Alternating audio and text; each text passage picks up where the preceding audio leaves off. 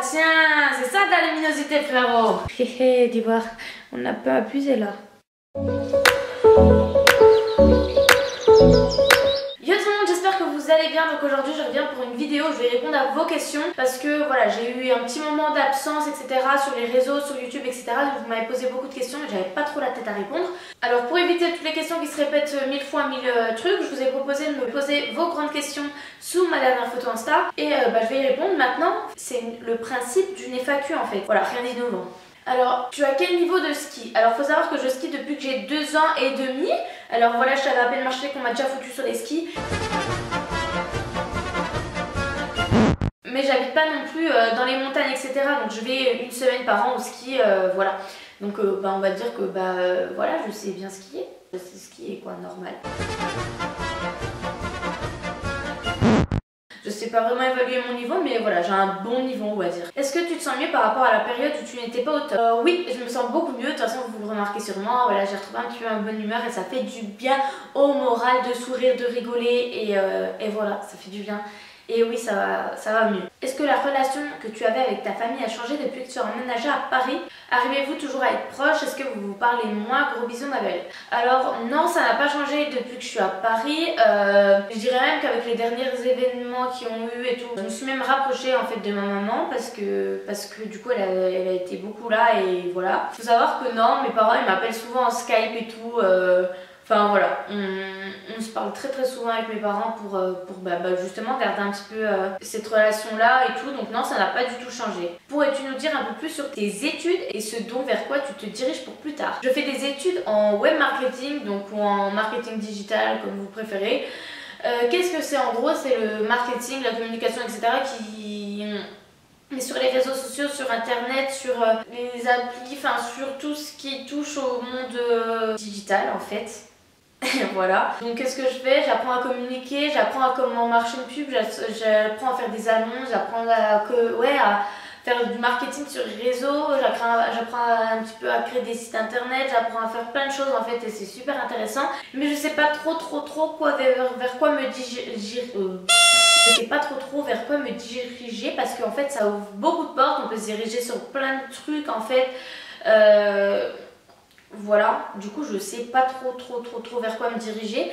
Moi j'aimerais bien travailler pour une agence en fait d'événementiel en fait. De faire tout ça mais je sais pas encore. Avec les concerts, les festivals surtout, enfin j'aimerais trop travailler pour un festival en fait, faire un truc comme ça. Je sais pas encore mais voilà, c'est un peu vague. Où es-tu dans ton sport alimentation? J'ai le nez qui coule d'ailleurs. Alors, où es-tu dans ton sport alimentation? Alors oui, donc pendant la période qui a été un peu compliquée, je dormais plus du tout, du coup j'ai accumulé de la fatigue. J'étais vraiment extrêmement fatiguée, je pense que j'ai jamais été aussi fatiguée de ma vie. J'avais des cernes jusqu'aux pieds alors que d'habitude j'ai pas de cernes, enfin voilà quoi. Pas autant que ça en tout cas, et là c'était vraiment une horreur, rien que me lever du lit, c'était une épreuve quoi, monter les 6 étages, mais j'arrivais, je rampais quoi, j'en pouvais plus, j'avais la tête qui tourne et tout. Une cata, du coup là je reprends tranquillement, voilà, à refaire des petites séances etc, tranquillou. Voilà, j'essaie de faire du sport 4 fois par semaine, soit chez moi, soit en salle. Et au niveau de l'alimentation, voilà, je fais toujours attention, oui et non. Ce que je veux dire, c'est que j'ai toujours bien mangé, du coup je mange un petit peu comme d'hab. Et là, vu que je suis en vacances, donc je suis chez mes parents, je mange comme eux, voilà. Comment tu t'es organisée pour le sport cette année? Alors, au début d'année, il faisait encore jour, etc. Du coup, j'allais dans un parc pour faire du sport. Après, il a commencé à faire froid et nuit en fait quand je sortais des cours et du coup j'aimais pas trop faire du sport dans un parc quand il faisait nuit etc, enfin l'ambiance et tout, j'aimais pas trop, du coup je faisais plus. Après j'ai eu ma carte de sport donc j'allais le soir en salle de sport, après j'y suis allée le matin avant les cours vu que je prenais à 10 h. C'était cool parce que du coup le soir je pouvais rentrer chez moi, faire mes devoirs et voilà, consacrer le soir à mes études, me reposer, manger etc et pas du coup me coucher trop tard. Et j'aimais bien faire le sport le matin, mais comme je vous ai dit, après j'ai été très fatiguée, du coup j'ai dû arrêter le sport parce que je tenais plus. Et là je reprends tranquillement, mais je suis en vacances, du coup j'ai pas encore associé sport et études. Est-ce que tu prévois de refaire un meet-up? Je sais pas, parce que le dernier c'était pas mal passé, mais voilà, la communication derrière avait pas marché. Et du coup c'était pas ouf. Mais après j'ai passé quand même une bonne journée, voilà. Mais du coup voilà, ça m'enchante pas trop, j'ai un petit peu peur d'en refaire un autre. Et je suis un petit peu timide, je me suis pas mal renfermée, du coup ça me fait un peu peur en fait. Enfin voilà, pour l'instant c'est pas prévu. J'aime bien vous rencontrer dans la rue, n'hésitez pas à me faire un coucou, voilà, je suis toujours là prête à discuter, prendre des photos, ce que vous voulez. Mais voilà, meet-up je sais pas, c'est pas prévu. Tes sœurs te manquent des fois? Bah on va pas dire non, mais on n'a jamais été non plus collés H24 tout le temps ensemble, etc. Enfin je sais pas. Du coup, en fait, je les vois très régulièrement. Ma petite soeur, presque tous les soirs en Skype et je la vois tous les week-ends. Ma grande soeur, je la vois aussi régulièrement. Donc, du coup, bah, en fait, on va pas chambouler quoi. Est-ce que Lily vit bien le fait que toi et Emma soyez partis? Alors, le départ d'Emma était un peu compliqué pour Lily parce qu'elles étaient très proches les deux et voilà quoi, c'était la première qui partait.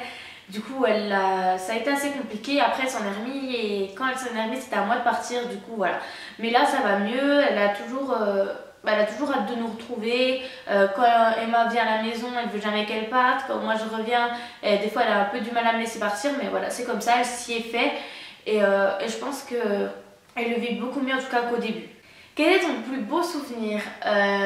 J'en ai beaucoup, j'en ai pas mal. Un qui me revient, ça a été les 18 ans avec Camille et Nina parce que c'était ouf quoi. Il y avait toutes les personnes que j'aimais vraiment qui avaient pu venir, sauf un de mes potes, Jo, qui n'était pas là.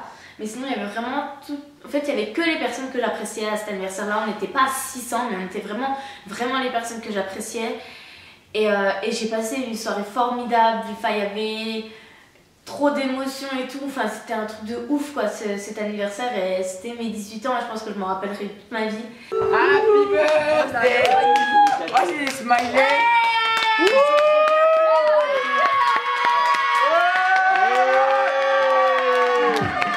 One, two, three, vive l'Algérie!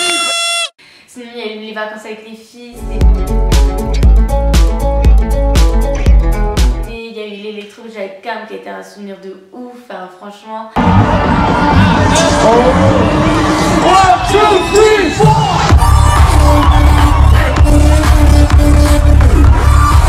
Tellement de choses, mais je dirais je pense mes 18 ans.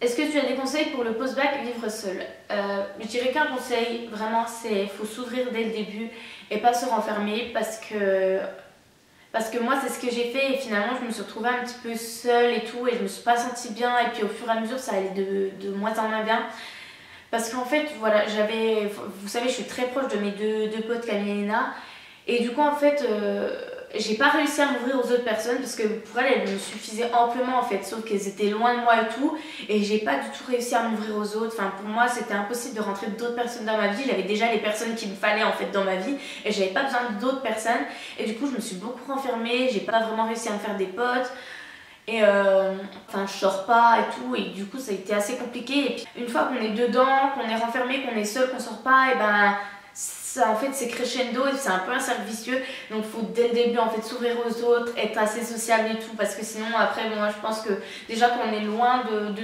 tout c'est assez compliqué après d'être vraiment seul. Combien de moyennes avais-tu en seconde dans les matières scientifiques? Des excellentes moyennes secondes il me semble, j'étais même meilleure qu'au collège.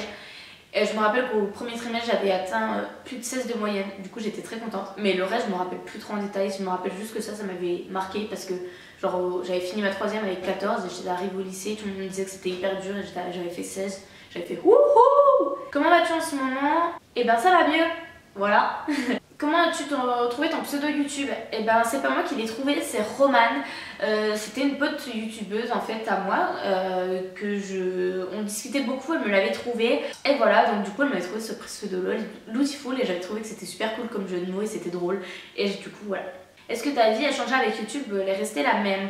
Avec mes potes, vraiment pas changé, ça vraiment c'est resté identique, enfin bref, aucun changement. Mais après je veux dire professionnellement parlant ça a un petit peu changé parce que du coup j'ai des projets pro, des trucs comme ça et tout. Donc ça a un peu changé.